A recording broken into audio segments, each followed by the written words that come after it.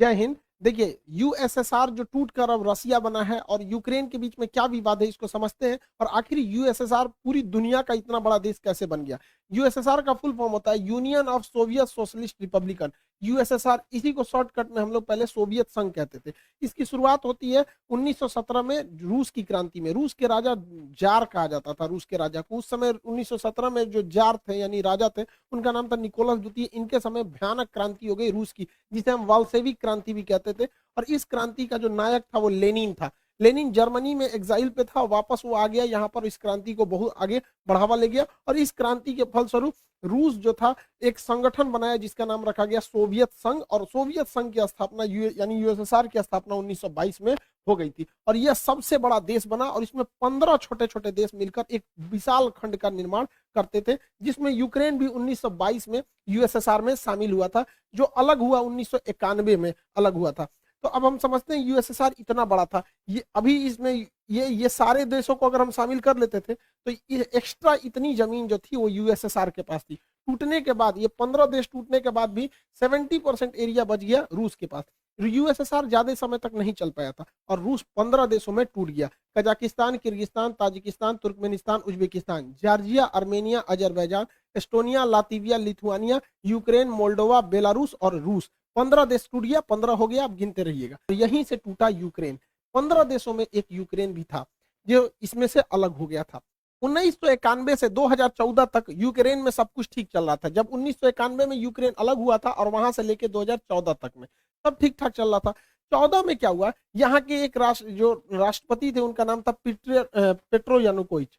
ये जो थे ये रूस के समर्थक थे। रूस कह रहा था कि तुम यूक्रेन को यूरोपीय यूनियन में शामिल मत करो, क्योंकि अमेरिका की एक चाल है, इन यूरोपीय यूनियन में शामिल करता है, उसके बाद उनको नाटो का सदस्य बना लेता है। नाटो के जितने देश हैं वो किसी भी देश को मिलकर मारते हैं। अब उसमें सारे खतरनाक खतरनाक देश है, जैसे उसमें इंडिया, चाइना, जापान, पाकिस्तान इस साइड वाले नहीं है, ज्यादातर यूरोप और अमेरिका वाले। उसमें फ्रांस भी आ जाता है, ब्रिटेन भी आ जाता है, अमेरिका, इटली, ये सब आ जाते हैं। तो यूरोपीय यूनियन में रूस ने मना किया यूक्रेन को जाने के लिए। हालांकि पेट्रो जो थे रूस के समर्थक थे, लेकिन जनता चाहती थी वो यूरोपीय यूनियन में जाए। ये लास्ट मोमेंट पर पेट्रो ने अपना डिसीजन बदला, जिस वजह से यूरोपीय यूनियन में शामिल कराने वाली जनता जो थी वो यूक्रेन के राष्ट्रपति का विरोध कर दी, जिस वजह से ये 2014 में भाग के यूक्रेन में चले गए, रूस में चले गए। और यहाँ एक सरकार आई जो इसे यूरोपीय यूनियन में शामिल कराने के लिए हामी भर दी, जिससे रूस नाराज होकर यूक्रेन का निचला भाग क्रीमिया अपने हमला करके ले लिया।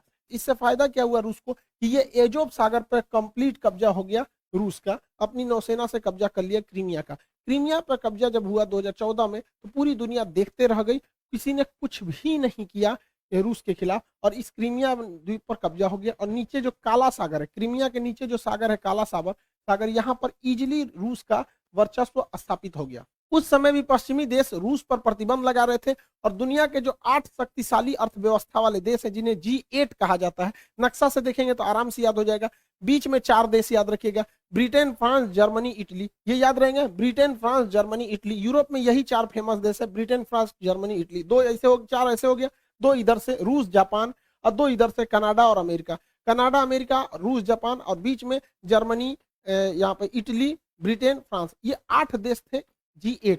इसमें से 2014 में रूस को बाहर निकाल दिया सब, तो G8 जो था वो बच गया G7। तो G8 अब नहीं रहा, क्रीमिया की वजह से ही, यूक्रेन की वजह से ही ये मामला अभी आपको समझ में आ रहा होगा कि ऐसा विवाद हो रहा है। ये चलते आ रहा है, 2014 से ही चलते आ रहा है। तो वो हो गया G7 हो गया, जिसमें से रूस को बाहर निकाल दिया। उसके बाद 2015 में मिन्स्क एग्रीमेंट साइन किया गया। इस एग्रीमेंट में यूक्रेन ने कहा कि भैया हम लोग अब लड़ाई झगड़ा नहीं करेंगे। यूक्रेन भी ध्यान रखेगा कि यूरोप तथा अमेरिका का प्रभाव यूरोप में बढ़ने न दे। लेकिन सब गड़बड़ कब हो गया, जब यूक्रेन ने 2017 में कहा कि वो नाटो ज्वाइन करना चाहता है। नाटो का फुल फॉर्म होता है नॉर्थ अटलांटिक ट्रीटी ऑर्गेनाइजेशन। इसका स्थापना 1949 में हुआ था। वर्तमान में इसमें 30 देश आ गए हैं और ये 30 शक्तिशाली, कनाडा है, America, Britain, France, Italy, Germany, ये जितने खतरनाक देश है सब है। और ये मेनली रूस को काउंटर करने के लिए। और इस नाटो का आर्टिकल संख्या 5 कहता है कि नाटो के 30 देश किसी को मारे कोई दिक्कत नहीं है, लेकिन इन 30 में से किसी एक को अगर कोई दूसरा देश मारेगा तो 30 मिल के मारेंगे। अब बताइए, यूक्रेन अगर नाटो का सदस्य बन जाएगा तो नाटो के नियम के अनुसार जो भी नाटो का सदस्य है वहां किसी भी देश की सेना आपस में वहां जा सकती है। तो यूक्रेन जिस दिन नाटो का सदस्य बनेगा, अमेरिका की सेना यूक्रेन में भी आ सकती है। अब बताइए कोई देश कैसे बर्दाश्त कर सकता है कि उसका पड़ोसी देश जो उसी से टूटा हुआ है और उसके सीधाने ले आके दुश्मन को बैठाए, और एक दूगो नहीं पूरा ग्रुप के दुश्मनों को बैठाए। अब अमेरिका यहाँ आएगा, अमेरिका एक को गोली चलाया और रूस भी चलाएगा तो हो गया नाटो के आर्टिकल 5 का उल्लंघन, अब पूरे 30 मिलकर मारेंगे।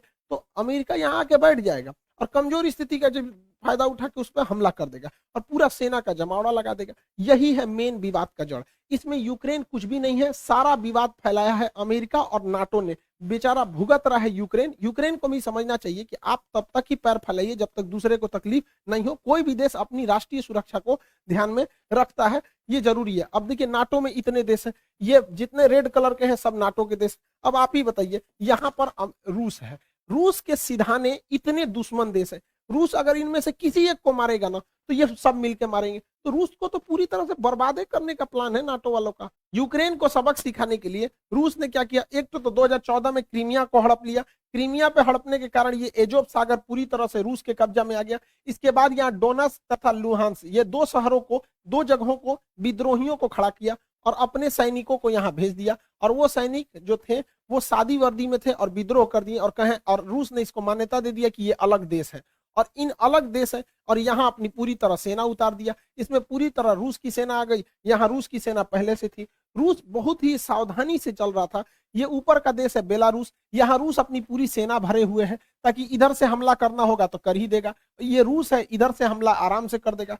और यहाँ से तो रूस घुस ही चुका है, क्रीमिया में पहले से कब्जा किया था। ये नौसेना लगा के यहाँ से चल जाएगा, चौतरफा हमला कर देगा यूक्रेन के ऊपर रूस। यूक्रेन को ये समझना चाहिए, आने वाले खतरों को भापना चाहिए। दूसरे के दम पर आप किसी ऐसे आदमी से आप खतरा नहीं मोल सकते हैं। अब ये लोग क्या कर सकते हैं, तो ये अमेरिका कह रहा है कि प्रतिबंध लगाएंगे, नाटो का धमकी दे रहा है इसको। भैया नाटो का अगर सदस्य बन जाएगा यूक्रेन तब तो बवाल हो जाएगा वहां पर। यहाँ दो एरिया जो है उस पर रूस ने स्वतंत्र देश घोषित कर दिया, लुहांस और डोनेट्स्क। इसे डोनबास रीजन भी कहा जाता है। अब इस पे इजिली रूस क्या करेगा, यहां से हमला कर देगा। अब आप कहेंगे यूएनओ ने क्यों कुछ नहीं किया, तो यूएनओ को अमेरिका ने खुद एक ऐसा कठपुतली बनाया है कि अमेरिका यूएनओ का यूज करके किसी भी देश पर हमला कर सकता है। आज उसी का फायदा रूस उठा लिया। कैसे उठाया समझिए ध्यान से। यूएनओ का एक नियम है आर्टिकल नंबर 7।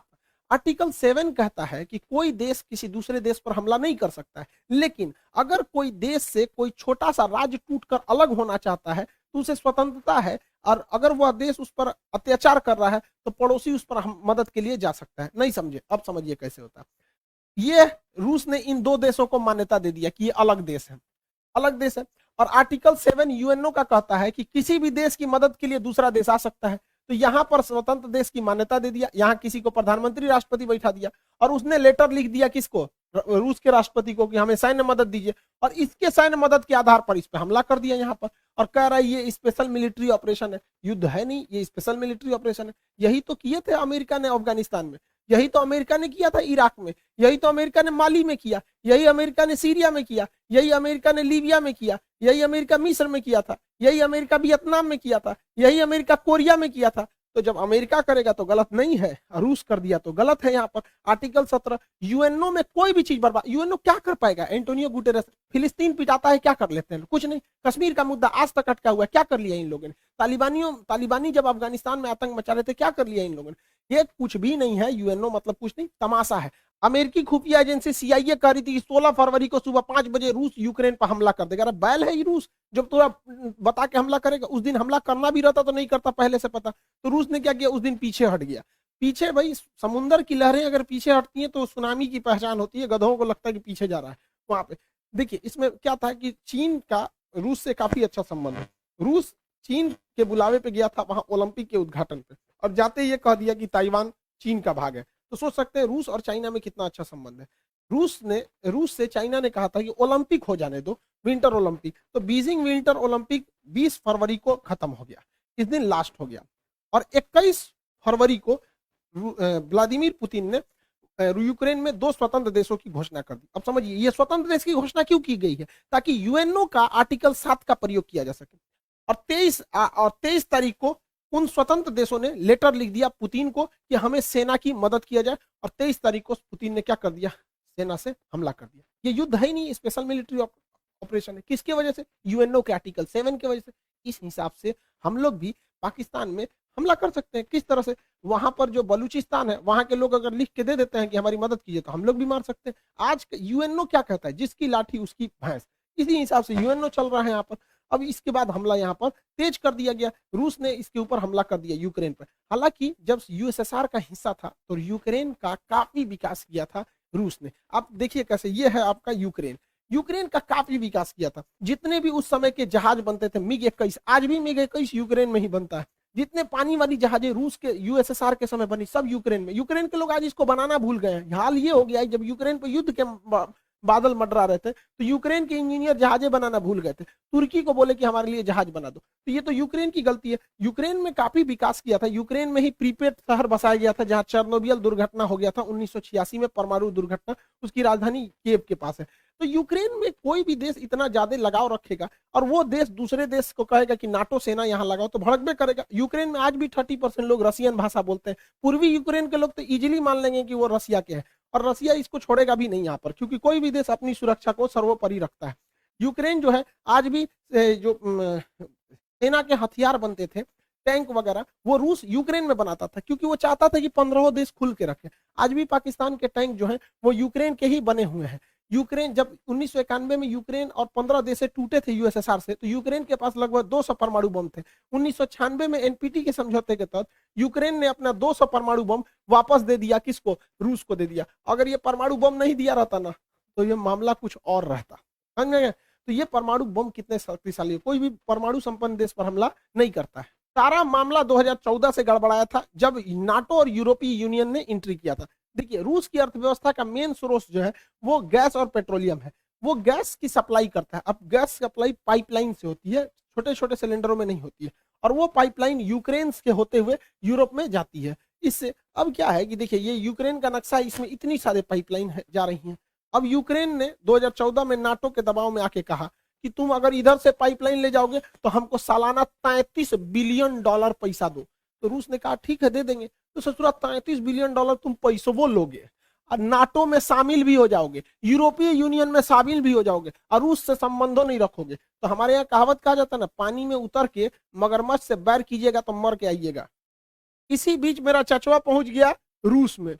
अब बताइए, बेशर्मी की हद होती है कि रूस युद्ध के मुहाने पे खड़ा है और ये जाके 10,000 करोड़ रुपया कर्जा मांग रहा था कि हमारे यहाँ पाइपलाइन बिछाना है, बिछा दीजिए। रूस भगा दिया इसको। जैसे ये कहा कि हमको 10,000 करोड़ रुपया मदद चाहिए, उसी समय रूस ने यूक्रेन पे हमला कर दिया। अब बताइए, कोई गधा भी मतलब इतना बड़ा ये प्रधानमंत्री होके गलती किया जितना हमारा कोई विद्यार्थी गलती नहीं करेगा।